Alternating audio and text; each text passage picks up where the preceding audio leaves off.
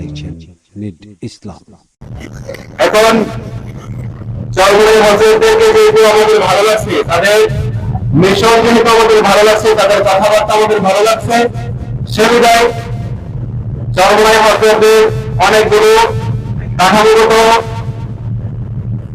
দিক রয়েছে, যেমন ইসলামী আন্দোলন বাংলাদেশ, বাংলাদেশ মুজাহিদ কমিটি, যুবকদের জন্য রয়েছে ইসলামী যুব আন্দোলন বাংলাদেশ, যে সমস্ত যুবকরা অস্ত্র হাতে নিত, টেন্ডারবাজি করতো, চাঁদাবাজি, খুন ধর্ষণ হাজারি করতো, সেই সমস্ত যুবকদেরকে মাদক আসক্ত থেকে ইসলামের পথে, দায়িত্বের পথে আনার জন্য ইসলামী যুব আন্দোলন কাজ করছে।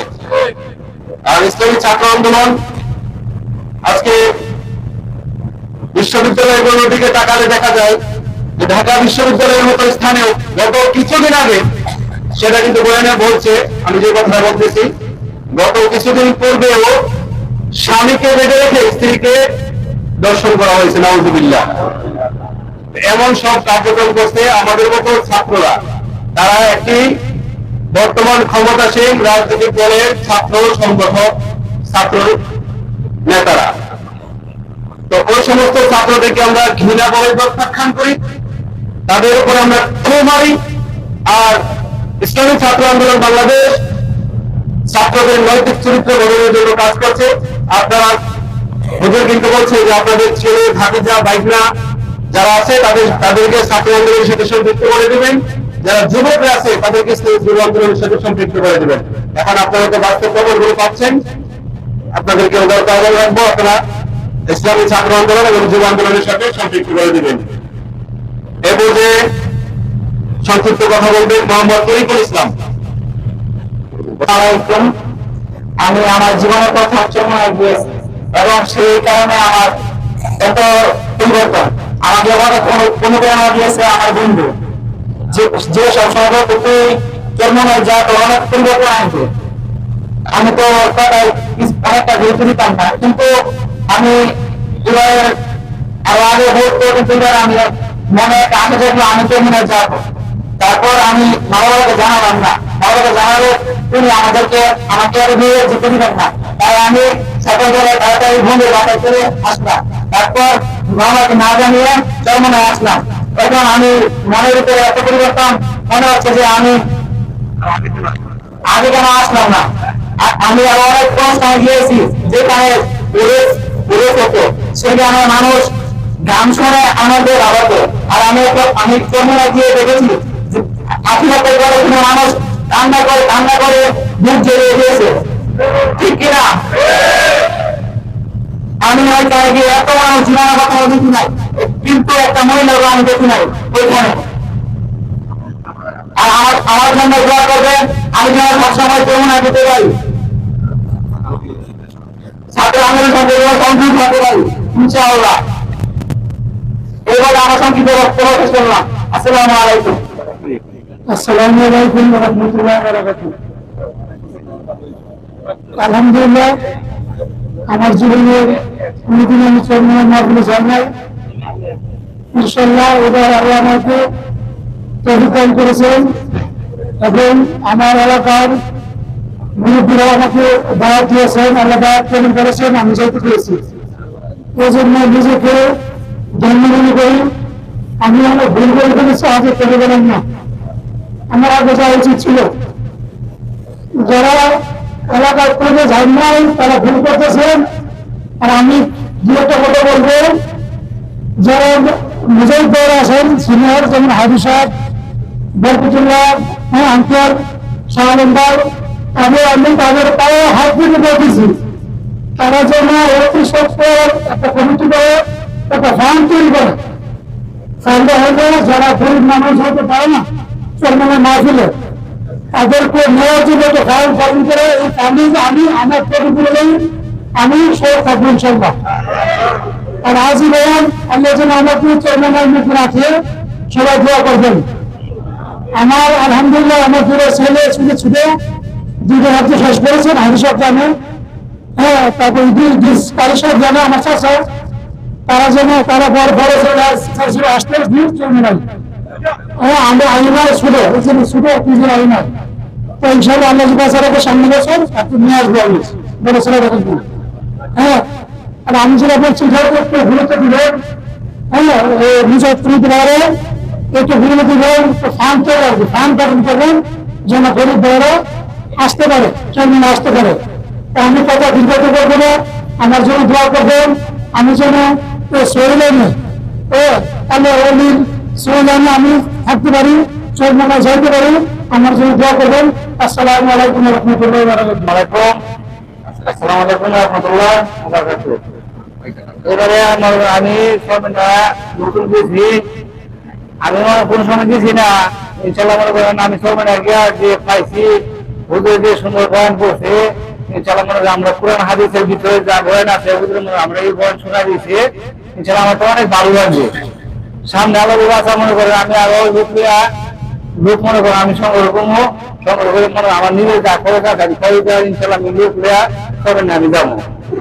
আমার কত বন্ধা আমার বিয়ে আঙ্গর গান দেয় মোটামুটি গান দেন আঙ্গুরে অনেক দিন ধরে গেছে, আলমকালি তারপরে শাহ আলম ভাই আমরা অনেক ইনশাল্লাহ মনে যা লাগে আমরা কোনোদিন কোনো একটু গিয়া আমি দেওয়া যায় সামনে বাইরে খাই যা লাগে ইনশাল্লাহ আমি তার সাহায্য সহায়তা করবো, আর যেন ভাই আমি ইনশাল্লাহ থাকবো। আমার অনেক ভালো লাগছে, সব মানে অনেক ভালো লাগছে। আর ওদের যে বয়ান করছে পুরান হাদিসের ভিতরে আমরা মনে করেন ধরতে পারি, মনে করেন আমরা ইনশাল্লাহ আমরা ভালো সম্পত্তি যাবেন এবং ওনারা গরিব মানুষ যেন যেতে পারে সেই ব্যবস্থাটুকু করবেন।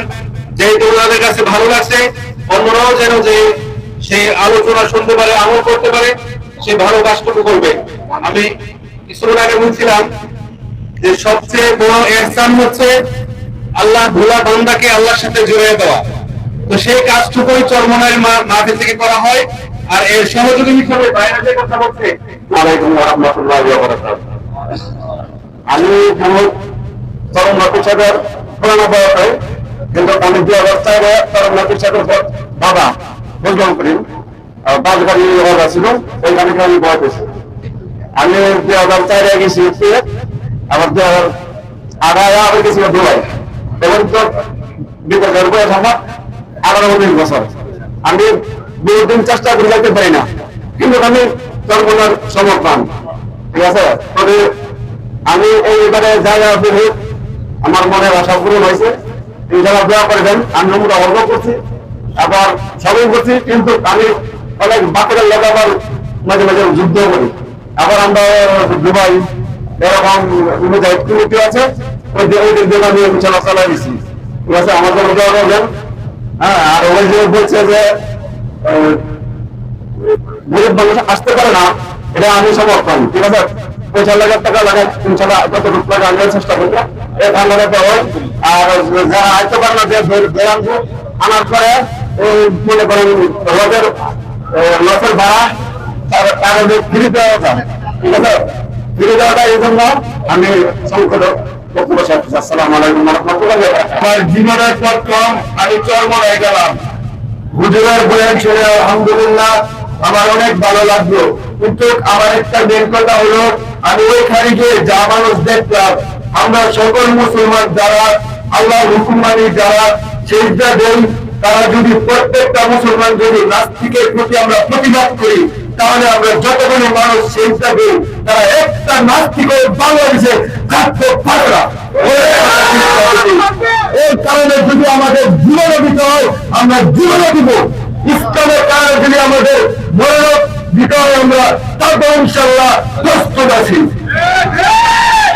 আমার একটা কথা, ওইখানে আমি গেলাম, কোনো গান বাজনার যন্ত্র নাই, কোনো কিচ্ছু নাই, কিন্তু শুধু খালি করতে কত মানুষ, কত কান্নার বরাবর অনেক মানুষ কাঁদছে, কোনো গান বাজনা, কোনো যন্ত্র ছাড়াই।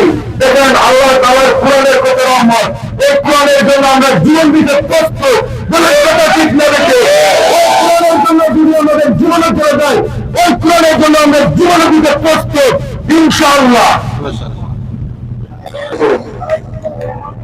আমি দেখলাম চরমনাইয়ের মতো পরীক্ষা তামাম দুনিয়ার মধ্যে আমার করার মধ্যে আমি দেখি নাই, এরকম পরীক্ষা আমি আমার জীবনে আমি দেখি নাই।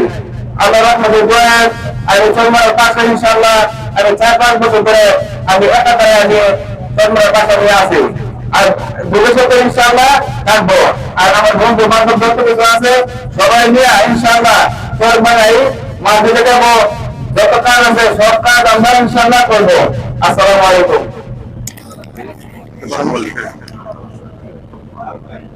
আসসালামু আলাইকুম ওয়া রাহমাতুল্লাহি ওয়া বারাকাতুহু। আসলে আগে কখনো মত হাতে নিয়ে কথা হয়নি, তারপরও কিছু কথা বলতে ইচ্ছে করছে। মনের অনুভূতিটা শেয়ার করার জন্য কিছু কথা বলতে চাই।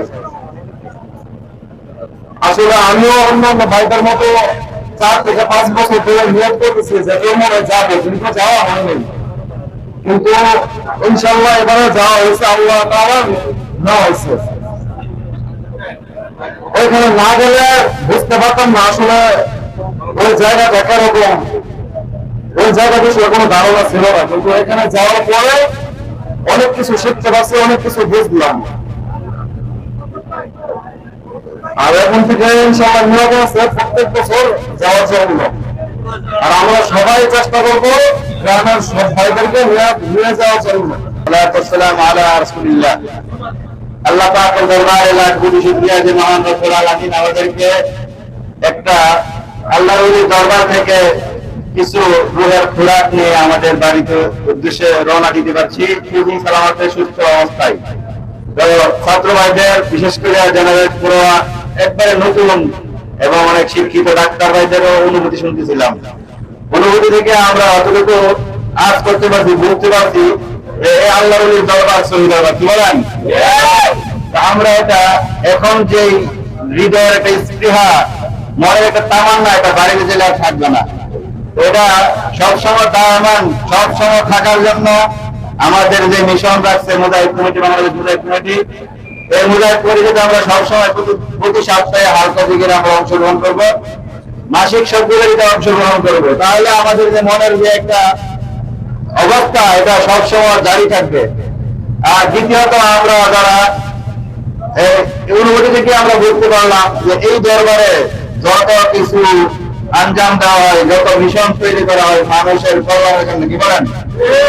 আমাদের শাইখ মুর্শিদ রাজনীতি করে মানুষের কল্যাণের জন্য। আমরা দিন কায়েম সংগঠন ইসলামী আন্দোলন আমাদের এই রাজনীতির সংগঠনের নাম। আমরা যারা ইসলামী আন্দোলনের শরীক হতে চাই, ইসলামী আন্দোলনের শরীক হব এবং যারা যেই তৎকার আছি, যে ছাত্ররা আছি, ছাত্ররা ছাত্র আন্দোলনে যোগদান করব। যারা যুবক আছে, যুবকদের মাধ্যমে ইসলামের সর্বকালে সর্ব অবস্থার পরিবর্তন হয়েছে একমাত্র যুবকদের মাধ্যমে। এই জন্য যুবক বাবাদের প্রতি আমাদের আহ্বান থাকবে, ইসলামী যুব আন্দোলন যদি আমরা শক্তিশালী করতে চাই, ইসলামী আন্দোলন শক্তিশালী হবে। আর ইসলামী আন্দোলন শক্তিশালী হয় তাহলে তার বিশ্ববিদ্যালয়ের হাত শক্তিশালী হবে এবং আমাদের বাংলাদেশ ইসলামের হুকুমত কায়েম হবে ইনশাআল্লাহ। আমাদের বাস্তবতা এবং আমরা যা পর্যবেক্ষণ করে দেখতে পাচ্ছি, সারা বাংলাদেশের চেয়ারম্যান নির্বাচিত ইসলামী আন্দোলনের আমাদের এই চেয়ারম্যানদের মাধ্যমে যতটুকু সেবা, এটা উমরের শাসনের মতো বোঝা যায়। আমাদের নরসিংদীর মধ্যে একজন মেয়র করে একজন চেয়ারম্যান নির্বাচিত হয়েছে। আমাদের ইউনিয়নের যে নির্বাচন আছে, পাড়াতিল ইউনিয়ন সহ শ্রীনগর, বাঁশগাড়ি সহ যত ইউনিয়ন নির্বাচনে আমাদের বিশ্ববিদ্যালয়ের প্রার্থী দেয়, যে প্রার্থী যে হোক আমরা ভোট দিয়ে ইসলামী আন্দোলন আমাদের হাত পায়। কি বলেন? আমরা আমাদের অবস্থানকে যদি পরিবর্তন করতে চাই, সমাজ থেকে যদি দুর্নীতি দুঃশাসন পরিবর্তন করতে চাই, দূর করতে চাই, তাহলে ইসলামী আন্দোলনের বিকল্প নাই। আর ইসলামী আন্দোলনের এই কাজকে বেগবান করার জন্য আমাদের যে অঙ্গ সংগঠন আছে, শ্রমিক আন্দোলন, পেশাজীবী মোটর বাইক আন্দোলন, যত ধরনের আন্দোলন আছে, ইসলামী শাসনতন্ত্র আন্দোলনের, ইসলামী আন্দোলনের সহযোগী সংগঠনে আমরা সবাই শরীর থাকবো এবং যে কোনো সময় যে ডাক দেয় কেন্দ্রীয় নেতৃবৃন্দ আমরা ওই ডাকে ইনশাআল্লাহ সাড়া দিল। বিশেষ করে আমাদের আমাদের তারাক্কির জন্য সাপ্তাহিক হালকা জিকির যেন আমাদের মিলতে হয় এবং আমাদের পরিবর্তনের আরেকটা মাধ্যম হলো আল্লাহ নিজের কিতাব পড়া দৈনিক। এটা আমাদের 5 ঔষধের এক ঔষধ। এটা আমরা যারা আল্লাহর ওলিদের বই সংগ্রহ করেছি, বিশেষ করে মাওলানা কারিমে, এটা আমরা দৈনিক 5 মিনিট 10 মিনিট হলেও পড়বো। শুয়ে শুয়ে পড়লেন, চোখ দিয়ে অটোমেটিকলি মুখের মধ্যে গলে গলে পানি বাইর হয়। এই জন্য আমাদের অন্তরকে যদি নরম রাখতে চাই, আল্লাহ মুখী রাখতে চাই, তাহলে এই আল্লাহ লিখিত বই পড়া করা সম্ভব না। আমাদের মনের হালাত ঠিক করতে গেলে, আমাদের মনের হালাত যে অবস্থা আছে এই অবস্থা যদি আমরা ঠিক রাখতে চাই, তাহলে আল্লাহ বই পড়বো এবং আমাদের কার্যক্রম তারা অনেক সক্ষমতা দেবে। মাগরিবের সময় যদি সন্নিহিত হয়ে যান, আমার বক্তব্য শেষ করছি। আসসালামু আলাইকুম ওয়া রাহমাতুল্লাহ।